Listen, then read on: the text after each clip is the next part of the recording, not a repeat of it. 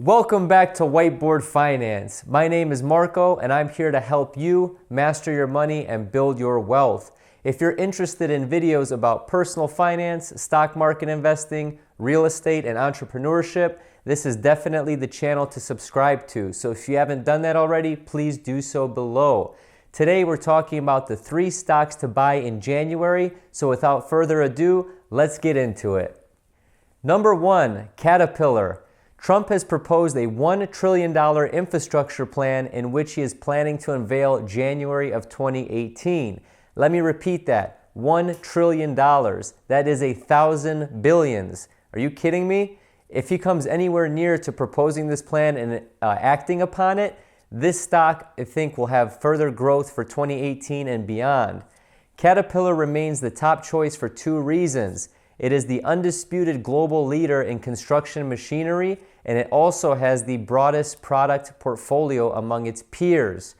Infrastructure goes just beyond roads and bridges, you guys. CAT has a huge competitive advantage because they play in multiple sectors. They have dominant positions in mining, oil, gas, power, and transportation sectors. Even when Trump was running for his presidential campaign, he hinted that the construction giant CAT could bag a big piece of government business from these infrastructure projects once they finally kick off, and it looks like that's going to happen in January.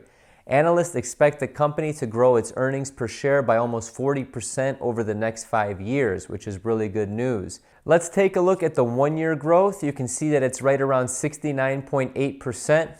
Over the past 5 years, it hasn't done as well, even though 63% is still an excellent number. It's been more lucrative to own CAT just over the past year than the past 5.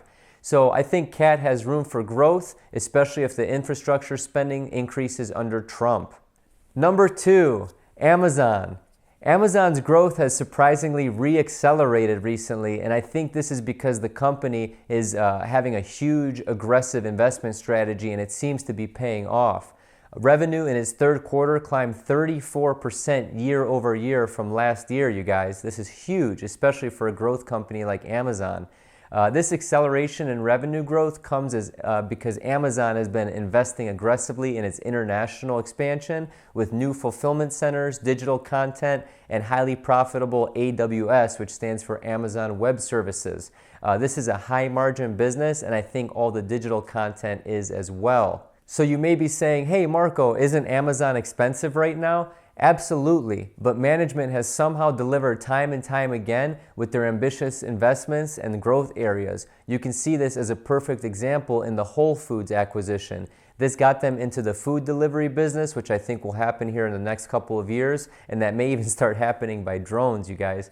So you may want to pay attention to that. It also got them liquor licenses, so now they're selling alcohol and things like that. So now they have a presence in almost every state, and they're getting into the food industry. They're getting into pretty much every facet of someone's life. And I think they're trying to make it easier through Prime and one-click shopping. You can see here that their 1-year growth has been about 57.6%, and their 5-year growth has been about 336. So you're tripling your money and a third if you've invested in Amazon over the past 5 years. I think Amazon is one of those stocks that always looks expensive, but you always kind of kick yourself in the butt when you look in the chart and say, oh man, I wish I would have invested in that a few years ago. So don't let this opportunity pass you by. I think Amazon's growth strategy is excellent, and it's not just an idea, they've executed it on it. So please take a look at Amazon. Again, this is just my opinion, but I think it's a winner for sure. Number 3, Intel Corporation. So Intel is actually a much different company than it was just 10 years ago, you guys. The fast-growing data center group now comprises almost half of its total revenue. So it was 45% in 2017, it was just 30% in 2012. So you can see in 5 years, they grew that business segment by 15%. Intel has also made several strategic acquisitions to position itself in the future trends of AI, Internet of Things, and artificial intelligence. Given that Intel's business is much different than just 10 years ago, as I mentioned, I think Intel's current PE ratio is not that expensive for what it is, especially if we take into consideration its long-term growth prospect. I believe Intel remains a good long-term investment choice in 2018, even despite its recent surge in share price. Take a look at this, you guys. The company has already devoted resources into R&D and has made several strategic acquisitions, including Altera, Mobileye, Nirvana, and Movidius. Its acquisition of Altera helps Intel to maintain its growth in server business, as its server customers often will require customized chip solutions.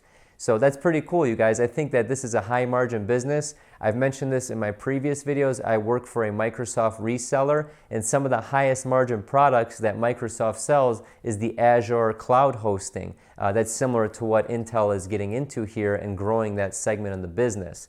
So you can see here the 1 year has been 27.1%, the 5 year has been 112%, so you've doubled your money if you've invested in Intel over the past 5 years.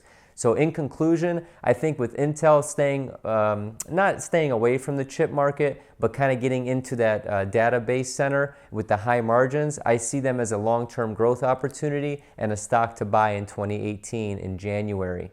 Those are my 3 picks for January of 2018. I've done some extensive due diligence, and I think that those 3 stocks are winners for sure. Again, you need to do your own due diligence and not just listen to me. I'm just a talking guy on YouTube. Please do your own research, and please, I'm not a financial advisor, so keep that in mind. With all that being said, I hope you got value out of this video and at least steered you in the right direction. If you got value, please subscribe below. And as always, guys, have a prosperous day.